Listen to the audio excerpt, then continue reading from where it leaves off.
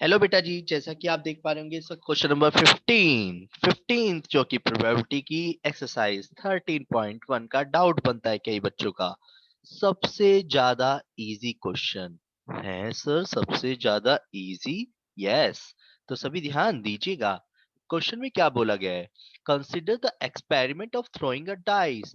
तो दीदी कोई भी एक आंसर दीजिएगा भैया लोगों में से। अगर मैं एक डाइस को थ्रो करता हूँ तो क्या क्या आ सकता है, बताओ ना, बताओ ना। डाइस थ्रो करने पे क्या क्या आ सकता है? Sir 1 2 two, 3 three, 4 5 four, 6 five, six. Question में बोला गया, एक एक्सपेरिमेंट किया गया है, अगर थ्री का मल्टीपल आता है तो डाइस को अगेन थ्रो किया जाता है। If any other number comes, toss a coin. जरा पहले इसकी सैंपल स्पेस बनाते हैं। क्या आप सभी तैयार हैं? बोलो हाँ, बोलो ना हाँ। तो क्वेश्चन में बोला जी गया सर। कि एक डाइस थ्रो करने पे अगर थ्री के मल्टीपल्स आते हैं तो थ्री के मल्टीपल्स क्या होंगे? थ्री, और थ्री के साथ क्या आ सकता है? Six, right. अगर थ्री के मल्टीपल्स आते हैं तो वो क्या करता है? डाइस को अगेन थ्रो करता है। क्वेश्चन पढ़ के समझ आया थी इतनी लाइन? इसे बोलते हैं ट्री डायग्राम। सिक्स थ्रो करता है तो भी इसका मतलब क्या आता है? डाइस को अगेन थ्रो करता है। तो ये मैंने ऐसे क्या करा है बताता हूँ। यानी थ्री को, थ्री के साथ वन आ सकता है, थ्री के साथ टू आ सकता है, थ्री के साथ थ्री आ सकता है, थ्री के साथ फोर आ सकता है, थ्री के साथ फाइव आ सकता है, और थ्री के साथ सिक्स आ सकता है। ये बात क्लियर है? अगर सिक्स आता है तो सिक्स के साथ भी वो थ्री के मल्टीपल्स आने पे डाइस थ्रो करना है, तो सिक्स टू आ सकता है, सिक्स थ्री आ सकता है, सिक्स फोर आ सकता है, सिक्स के साथ फाइव आ सकता है, और सिक्स के साथ सिक्स। पर उसने बोला अगर अदर नंबर्स आते हैं थ्री के मल्टीपल्स को छोड़ के, तो उसने बोला था वन, टू, फोर और फाइव आने पे वो क्या करता है? कॉइन टॉस करता है। अब एक कॉइन टॉस करने पे क्या क्या आता है बताओ चलो। अगर मैं एक कॉइन टॉस करूंगा तो क्या आता है बताओ चलो, सभी बोलो। Head tail. यानी वन के साथ क्या आ सकता है?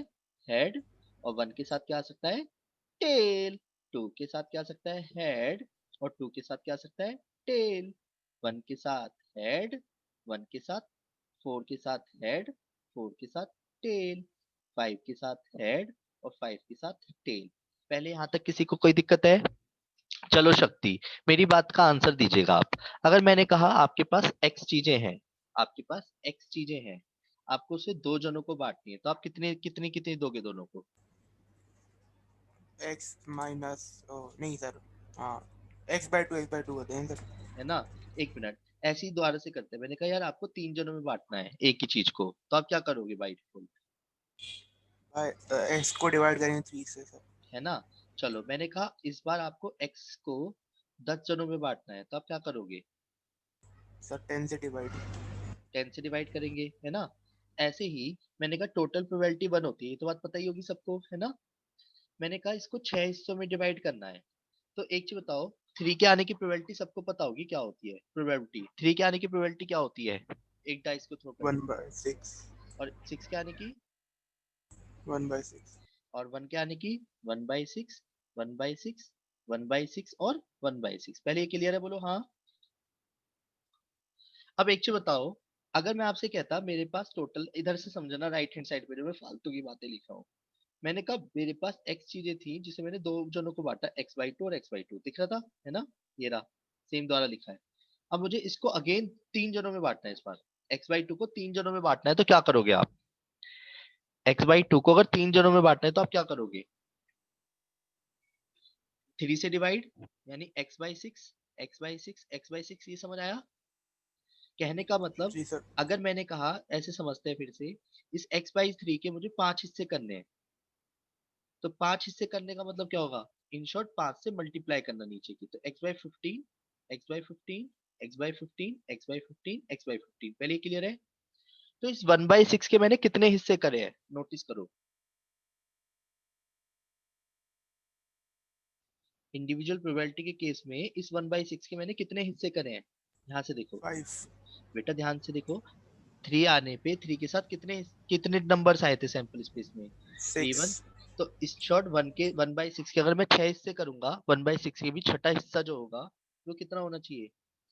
1/36। क्यों? क्योंकि सिक्स से इन शॉर्ट डिवाइड कर दूंगा ना। मान लो ये एक्स चीज है मेरे पास, इसकी प्रोबेबिलिटी एक्स थी सपोज, उस एक्स के छह हिस्से करूंगा तो x/6 करूंगा, और मैंने कहा 1/6 है तो 1/6 को अगर 6 से डिवाइड करो तो नीचे ही तो मल्टीप्लाई होगी, यस और नो? किसको समझ नहीं आई कि हर एक की प्रोबेबिलिटी 1/36 होगी, ये अभी बताओ, वरना मैं और एग्जांपल्स लूंगा। इसकी भी 1/36 रहेगी क्योंकि इसके भी 1/6 के इतने ही हिस्से हिस्से हुए हैं। और जिसको ये वाली चीज समझ नहीं आई है वो यहाँ से समझो। 1 की प्रोबेबिलिटी कितनी होती है एक डाइस थ्रो करने पे? बोलो। 1 के आने की प्रोबेबिलिटी क्या होती है? 1/6। और मैंने कहा 1/6 अगर 1 के आने की होती है एक डाइस के अंदर, तो और उसके कितने हिस्से हुए हैं? देखो कितने हिस्से हुए हैं? दो। 2। तो इंडिविजुअल लेवल पे अगर मैं 1/6 के 2 हिस्से करूंगा तो कितनी प्रोबेबिलिटी होगी? 1/12। यस, अब समझ आ गया यानी। क्लियर है?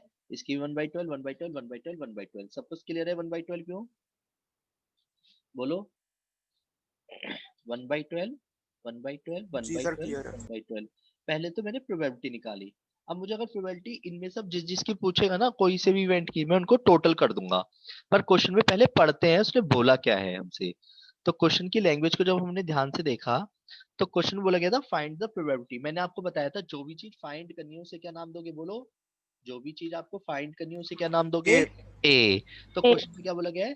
The coin shows tail, the coin shows a tail. Okay. और बी नाम किसको दोगे? बोलो। जो चीज गिवन होगी। और यहाँ पे गिवन क्या बोला गया है क्वेश्चन में? At least one dies, one die show a three. Clear है? बोलो हाँ। बोलो हाँ। अब सुनो। तो यानी मैंने नाम सोच के दिए हैं।